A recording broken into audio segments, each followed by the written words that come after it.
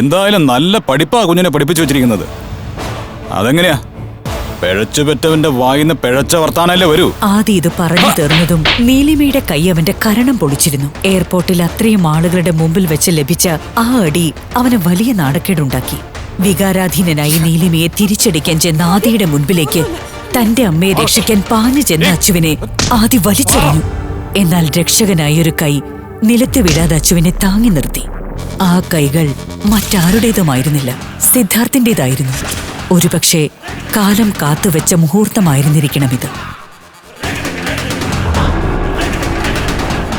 മറന്നുവെച്ച Rubik's cube അച്ചുവിന് തിരിച്ചു കൊടുത്ത സിദ്ധാർത്ഥ് ദേഷ്യത്തോടെ ആദിക്കരികിലേക്ക് ചെന്ന് അവനെ കുത്തിനു പിടിച്ചു.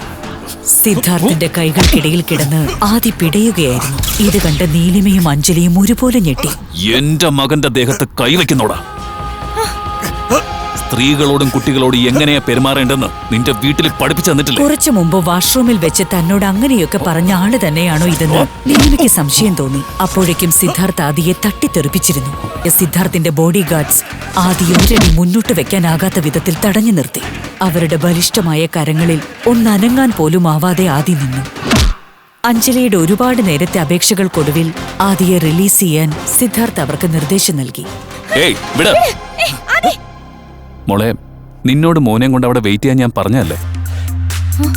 അതിനിടയില് നീ എന്തിനാ ഇപ്പൊ ഇങ്ങോട്ട് വന്നത്? ഇതുപോലെയുള്ള ആൾക്കാരുമായിട്ടൊക്കെ നീ എന്തിനാ വഴക്കുണ്ടാക്കി സമയം കളയുന്നത്? ശരി, വിട്ടേക്ക്. വാ മോനെ, ആ ബാഗ് എടുത്തേക്ക്. തന്റെ കൺമുമ്പിൽ നടക്കുന്നത് എന്താണെന്ന് നീലിമയ്ക്ക് മനസ്സിലാകുന്നുണ്ടായിരുന്നില്ല. ഒരു അപരിചിതൻ എന്തിനാണ് ഇങ്ങനെയൊക്കെ പെരുമാറുന്നത്? തന്റെ മുൻപിൽ മറ്റു വഴികളൊന്നുമില്ലാത്തതിനാൽ സിദ്ധാർത്ഥിന്റെ കൂടെ പോകാൻ നീലിമ തീരുമാനിച്ചു. സിദ്ധാർത്ഥ് അച്ചുവിനെയും നീലിമയെയും തന്റെ ലിമിറ്റഡ് എഡിഷൻ കാറിൽ കൊണ്ടുപോകുന്നത് അഞ്ജലി അസൂയയോടെ നോക്കി നിന്നു.